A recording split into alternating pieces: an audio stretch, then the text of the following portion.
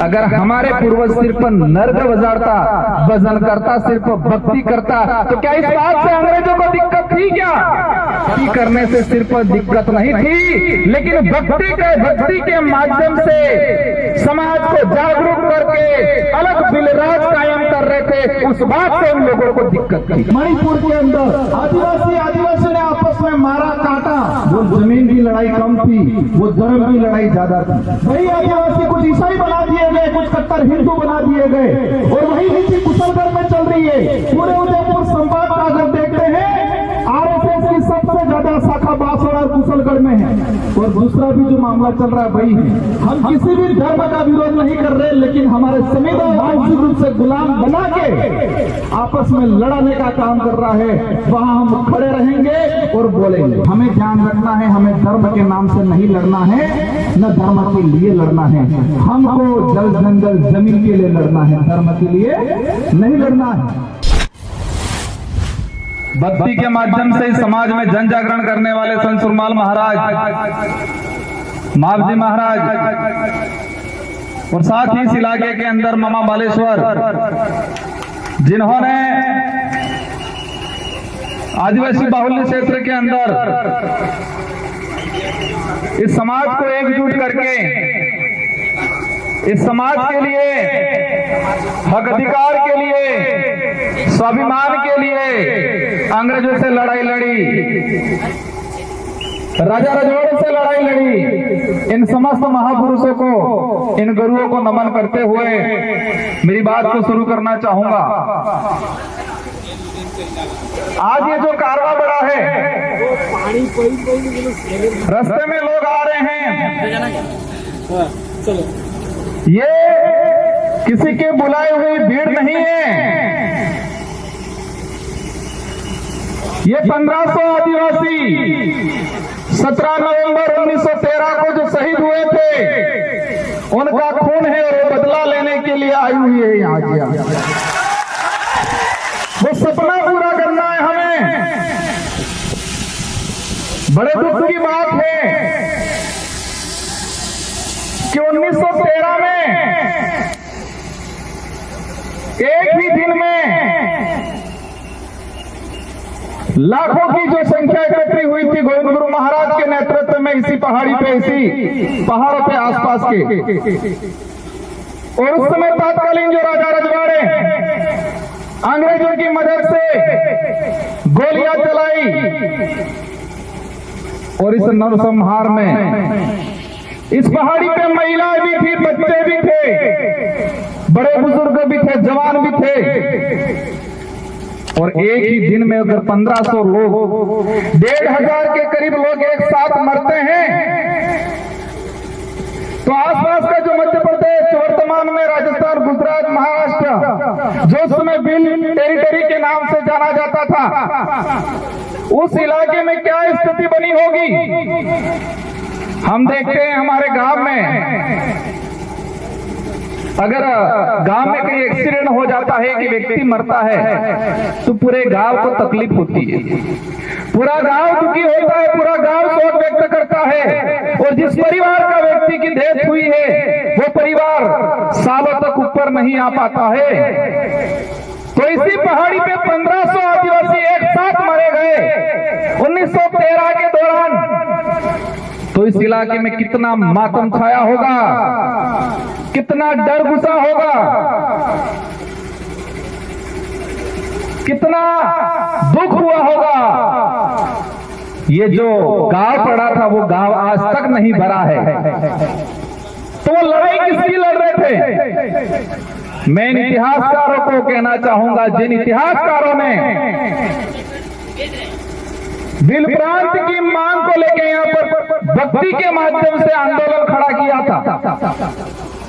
भक्ति के माध्यम से उद्देश्य था, अंग्रेजों से लड़ाई थी कि हमारा अलग से बिल प्रांत दिया जाए, ये उद्देश्य था। माध्यम भक्ति था। भक्ति के माध्यम से बिल प्रदेश की जो लड़ाई लड़ी जा रही थी उस समय, और उस इतिहास को, उस सच्चे इतिहास को कई इतिहासकारों ने 2-4 लाइनों में सिमट दिया, कह दिया कि भक्ति आंदोलन हो रहा था और 1500 आदिवासी मारे गए। इस देश का तो ठीक है, लेकिन विश्व का एक भी इतिहास ऐसा नहीं मिलेगा, एक भी घटना ऐसी नहीं मिलेगी जहां सिर्फ भक्ति की जा रही थी और गोलियां चलाई थी। आपने कहने गड़े उतरे, अगर हमारे पूर्वज सिर्फ नर्ग बजाता, भजन करता, सिर्फ भक्ति करता, तो क्या इस बात से अंग्रेजों को दिक्कत थी क्या? भक्ति करने से सिर्फ दिक्कत नहीं थी, लेकिन भक्ति के माध्यम से समाज को जागरूक करके अलग बिलराज कायम कर रहे थे, उस बात से उन लोगों को दिक्कत थी। लेकिन इस इतिहास को बदल दिया गया, उस इतिहास को दबा दिया गया। मैं इस विचारधारा को धन्यवाद देना चाहूंगा, इस विचारधारा की शुरुआत में काम करने वाले लोगों को धन्यवाद देना चाहूंगा, जिसकी बदौलत दबा हुआ इतिहास वापस उजागर हुआ और आज लाखों की संख्या में इसी पहाड़ी पे ये कारवा खड़ा हुआ है। जो पेट भरने की लड़ाई लड़ते हैं, सुख सुविधा अर्जित करने की लड़ाई लड़ते हैं, स्वाभिमान की लड़ाई नहीं लड़ते हैं। तो ना नेशनल पार्टियों को भी हमसे यही दिक्कत है, हमें यही चाहते हैं, हमारे से यही चाहते हैं कि आप सिर्फ भौतिक सुविधा की बात करो, पेट भरने की बात करो, सरकारी गेहूं की बात करो, आप अधिकार और जल जंगल जमीन की बात मत करो। ये चाहते हैं तो हम सिर्फ 2 रुपये गेहूं की बात करेंगे, हम रोटी कपड़े मकान की बात करेंगे। अगर यही बात करते हैं तो किसी पार्टी वालों को हमसे दिक्कत नहीं है, लेकिन हम जल जंगल जमीन की बात करते हैं उनको दिक्कत हो जाती है। हम धर्म की बात करते हैं उनको दिक्कत हो जाती है, और धर्म की बात करते ही पूरे हाथ में गुना हो जाते, पूरा फपड़ जाते हैं। ये फपड़ते नहीं फपड़ते, मदन दिलावर जी फपड़ गए थे, लेकिन आज मानगढ़ की धरती पे आदिवासी समुदाय एकजुट हो रहा है, और उनकी पार्टी का ऊपर से प्रेशर था, और 2 महीनों बाद उनको कहना पड़ा कि मैं खुद आदिवासी हूँ, मेरे पापा दादा सीतामाता अभ्यारण में रहते थे, ये बोल के चले गए। सरकार बनने वाले साथियों, सोचना पड़ेगा उनके बाप दादा सीतामाता अभ्यारण में कहाँ रहते थे, क्या वो भी झूठ बोला कि नहीं बोला, इससे भी जांच कराएंगे हम लोग। इनको छोड़ने वाला नहीं है। उस वक्त को छेड़ा तुमने, जिसको अंग्रेजों से लोहा लिया, मुगलों से लोहा लिया, राजा रजवाड़ों से लोहा लिया, ये बात अलग है। हमारा समुदाय बेला है, सीधा है, हम तैयार है। इसी बात का कई लोगों ने हमारे साथ फायदा उठाया है, लेकिन वक्त नहीं रहा, हम चतुर हो गए हैं, सावधान हो गए हैं। अब ये लड़ाई लड़ने वाले हम सिर्फ नेता एमएलए एमपी बनाने तक सीमित रहने वाले नहीं है। जिस तरह गोविंद गुरु महाराज का भक्ति के माध्यम से बिलराज कायम करने का उद्देश्य था, इसी तरह हम भी हमारा एमएलए एमपी बनाने के माध्यम से बिलराज कायम करने का हमारा जो लक्ष्य है पूरा करने वाले हैं। मैं इस कमांडर में विराजमान सारे साथियों से अनुरोध करना चाहूंगा, हम यहाँ पर आ गए, तालियां बजा दी, हम 1-2 सेल्फियां ले ली, इंस्टाग्राम पे चढ़ा दिया, वहां तक सीमित नहीं रहना है। सबसे पहले हम सबको मजबूत होना है और मजबूत दिमाग से होना है, क्योंकि कई बार हम कहते हैं आंख से अंधा है, कानों से बहरा है, इसको हम समझा सकते हैं, लेकिन दिमाग से अंधा है, उसका इलाज नहीं हो सकता। आंख से अंधा है, कानों से अंधा बहरा है, पेट से विकलांग है, हाथ से विकलांग है, उसको हम रास्ता दिखा सकते हैं, वो बात मान लेगा। लेकिन जो दिमाग से विकलांग है, उसका इलाज नहीं है। तो हमारे आसपास भी ध्यान रखना है, दिमाग से विकलांग कौन है।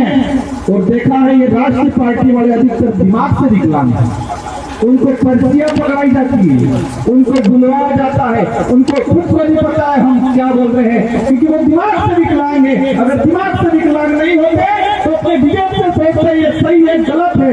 बाबूलाल जी आप कह रहे हैं, लेकिन उनको ये नहीं पता कि नंदलाल सिंह मीणा खुद चाहते थे बिल प्रदेश करना चाहिए, कई बार उन्होंने ये स्टेटमेंट दिया गया, क्योंकि वो दिमाग से विकलांग है।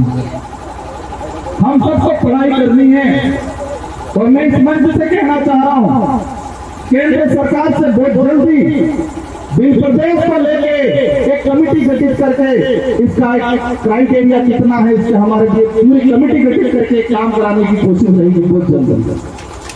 और साथ ही आप लोगों को भी हमारे बच्चों को पढ़ाना है, क्योंकि शिक्षा ही वही हथियार है। धर्म की बात को लेकर चिढ़ते हैं हम लोगों से। मुझे लग रहा है संचालक महोदय से रुकने की कोशिश कर रहे हैं। इन लोगों की पॉलिसी है धर्म के नाम से लड़ाओ, लेकिन हमें ध्यान रखना है, हमें धर्म के नाम से नहीं लड़ना है, न धर्म के लिए लड़ना है। हमको जल जंगल जमीन के लिए लड़ना है, धर्म के लिए नहीं लड़ना है। आदिवासियों को आदिवासियों से खत्म करने की नीति अपनाई जा रही है। आदिवासियों को आदिवासी से खत्म करने की नीति अपनाई जा रही है, और उस नीति में पहला उनका जो उद्देश्य है, पहला उनका हथियार है, वो धर्म है। और उसका उदाहरण हम देख चुके हैं मणिपुर के अंदर। आदिवासी ने आपस में मारा काटा। वो जमीन की लड़ाई कम थी, वो धर्म की लड़ाई ज्यादा थी। वही आदिवासी कुछ ईसाई बना दिए गए, कुछ कट्टर हिंदू बना दिए गए, और वही नीति कुशलगढ़ में चल रही है। पूरे उदयपुर संवाद का अगर देखते हैं, आरएसएस की सबसे ज्यादा शाखा बांसवाड़ा और कुशलगढ़ में है। और दूसरा भी जो मामला चल रहा है वही है। हम किसी भी धर्म का विरोध नहीं कर रहे, लेकिन हमारे समुदाय को मानसिक रूप से गुलाम बनाने का अगर कोई काम करना है, और समुदाय को मानसिक रूप से गुलाम बना के आपस में लड़ाने का काम कर रहा है, वहां हम खड़े रहेंगे और बोलेंगे।